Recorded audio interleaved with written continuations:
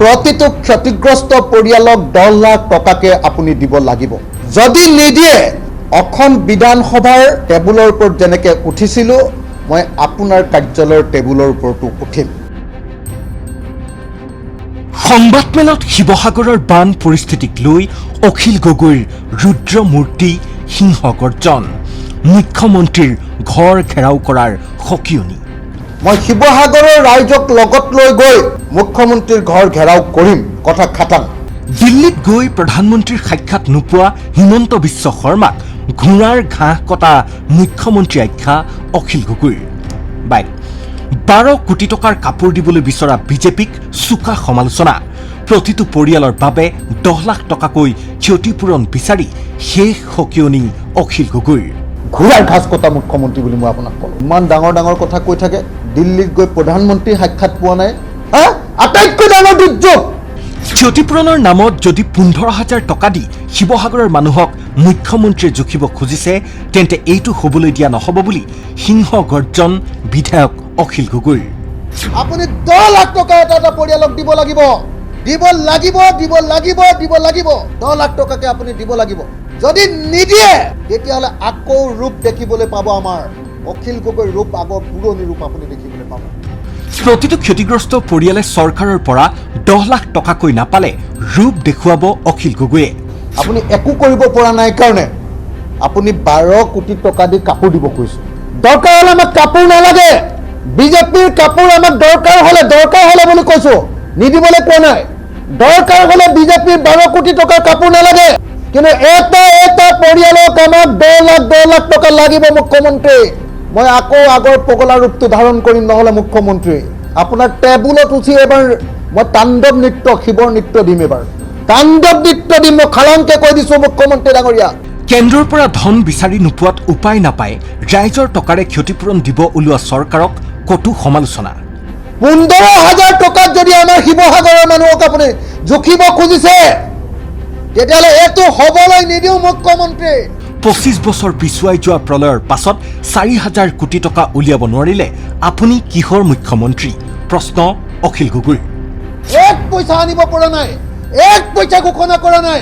এতিয়া উপায় নাপায় আমি ৰাইজে দিয়া পইচাকেইটাৰ পৰা ভিক্ষা খুজি মুখ্যমন্ত্ৰীয়ে ভিক্ষা খুজি CM ৰিলিফ ফাণ্ডত ভিক্ষা খুজি মুখ্যমন্ত্ৰীয়ে 5 লাখ টকাকে মৃতদেহৰ বিনিময়ত দিবলগীয়া হৈছে। লাজ লগা নাই আপোনাৰ মুখ্যমন্ত্ৰী হৈ থাকিবলৈ? এই সময়ত প্ৰধানমন্ত্ৰীয়ে যদি এনেকুৱা কৰে মই হ'লে পদত্যাগ কৰিলোহেঁতেন। মুখ্যমন্ত্ৰী ডাঙৰীয়া, মই হ'লে পদত্যাগ কৰিলোহেঁতেন। মোৰ সেলফ ৰেসপেক্ট আছে, মোৰ আত্মসন্মানবোধ আছে, মোৰ বিবেচনা আছে, কনসাইন্স আছে। আপোনালোকে ৰাজনীতি কৰিবলৈ গৈ আত্মসন্মানবোধ আৰু বিবেচনা শক্তি নাইকিয়া কৰি পেলাইছে। হিমন্ত বিশ্ব শৰ্মা চৰকাৰে এইবাৰ বানাক্ৰান্তক বচোৱা নাই। চৰকাৰে যদি 2 কেজি দিছে মানুহে 10 কেজি দি দিছে ক'লে অখিল গগৈয়ে। এই 20 বছৰ পিছুৱাই যোৱা এটা প্ৰজন্ম, 25 বছৰত এটা প্ৰজন্ম পিছুৱাই যোৱা, এটা জেনেৰেশ্যন পিছুৱাই যোৱা এই পৰিয়ালবিলাকক যদি আপুনি টকা 10 লাখ দিব নোৱাৰে, 4,000 কোটি টকাৰ যদি ক্ষতিপূৰণ দিব নোৱাৰে, আপুনি কিহৰ মুখ্যমন্ত্ৰীহে? সকলো কৰ কাটল দিয়াৰ পাছতো এই মহা দুৰ্যোগৰ সময়ত ক্ষতিপূৰণ উচিত ৰূপত ৰাইজে কিয় নাপাব বুলি গৰজি উঠিল গগৈ। মুখ্যমন্ত্ৰী ডাঙৰীয়া, শিৱসাগৰ, চৰাইদেউ আৰু যোৰহাটৰ মানুহক আপুনি বচোৱা নাই, আপোনাৰ চৰকাৰে বচোৱা নাই। মানুহে ৰিলিফ দি, পাব্লিকে ৰিলিফ দি এই মানুহক বচাইছে। আপুনি যদি 2 কেজি দিছে, পাব্লিকে 10 কেজিকে দিছে প্ৰত্যেকটো পৰিয়ালক। শিৱসাগৰৰ বৰ্ণাঢ্যৰ প্ৰতিটো পৰিয়ালক 10 লাখকৈ টকা চৰকাৰে দিবই লাগিব, নহ'লে আপোনাৰ টেবুলত উঠি তাণ্ডৱ নৃত্য কৰিম, মোৰ পগলা ৰূপটো আকৌ দেখা পাব বুলি সকিয়নি দিছে বিধায়কগৰাকীয়ে। যদি অসমৰ সকলো সম্পদ ৰাষ্ট্ৰীয় সম্পদ হ'ব পাৰে তেতিয়াহ'লে অসমৰ দুৰ্যোগ ৰাষ্ট্ৰীয় সমস্যা কিয় হ'ব নোৱাৰে বুলিও প্ৰশ্ন। সব বস্তু তেল, কয়লা, সোণিল, চাহপাত, পৃথিৱীৰ যিমান আছে income tax, sale tax, GST সব দিম, টোল টেক্স সব দিম। মানুহ যেতিয়া মৰি শেষ হ'ব তেতিয়াও 1 টকাও সিহঁতি আমাক নিদিব। এইটো কি মানি ল'বলগীয়া কথা? আপুনি আমাৰ শিৱসাগৰ, চৰাইদেউ আৰু যোৰহাটৰ মানুহক এই ৰাষ্ট্ৰীয় দুৰ্যোগৰ সময়ত বচোৱা নাই, মহাপ্ৰলয়ৰ সময়ত বচোৱা নাই।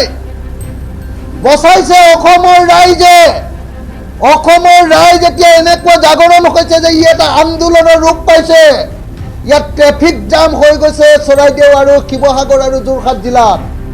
মানুহে ৰিলিফ দিবলৈ আহি ট্ৰেফিক জাম হৈ গৈছে। এইটো হ'ল অসমীয়া মানুহৰ কনচাৰ্ণ। আৰু আপোনাৰ প্ৰধানমন্ত্ৰীয়ে এতিয়ালৈকে আনকি এৰিয়েল ছাৰ্ভে এটাও কৰিবলৈ অহা নাই।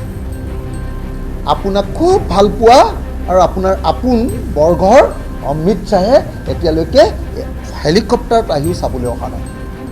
আনহাতে সিন্ডিকেটৰ প্ৰসংগ উত্থাপন কৰি তেওঁ কয়, বিধায়ক মন্ত্ৰীয়ে শিলৰ সিন্ডিকেট কৰি নেপালী খুটি শেষ কৰিলে আৰু এতিয়া সেই মন্ত্ৰী বিধায়কে সাহায্য দি ঘূৰি ফুৰিছে। নাগালেণ্ডৰ পাহাৰৰ তলত শিল আৰু কয়লা বিচাৰি 20-21 কিলোমিটাৰ খান্দি দিছে। তাত জমা হৈ থকা পানী ওলাই আহি শেষ কৰি দিলে 3খনকৈ জিলাক। নদী বান্ধৰ প্ৰসংগ উত্থাপন কৰি তেওঁ কয়, দিখৌ নদীৰ ওপৰত 2টা নদী বান্ধ নিৰ্মাণ কৰি আছে।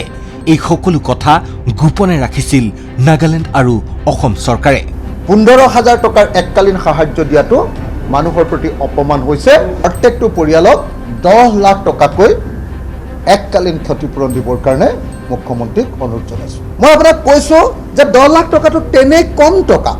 মানুহৰ যি ক্ষতি হৈছে সেই ক্ষতিত 10 লাখ টকাটো একেবাৰে কম টকা। এটা পৰিয়ালে 4টা প্ৰজন্ম মানে 100 বছৰত যিমান কষ্ট কৰি পৰিয়ালটোৰ যিমান সম্পত্তি আৰ্জন কৰিছিলে সেই গোটেই সম্পত্তি শেষ হৈ গৈছে।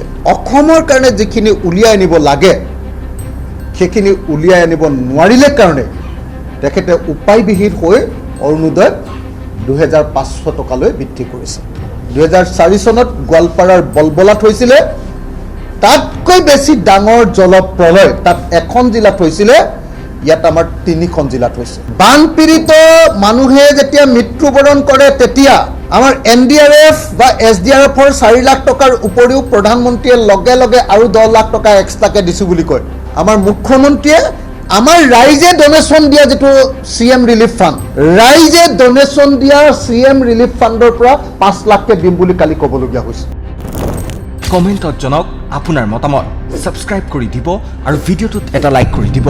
পুনৰ লগ পাম আন এটা নতুন খবৰৰ সৈতে।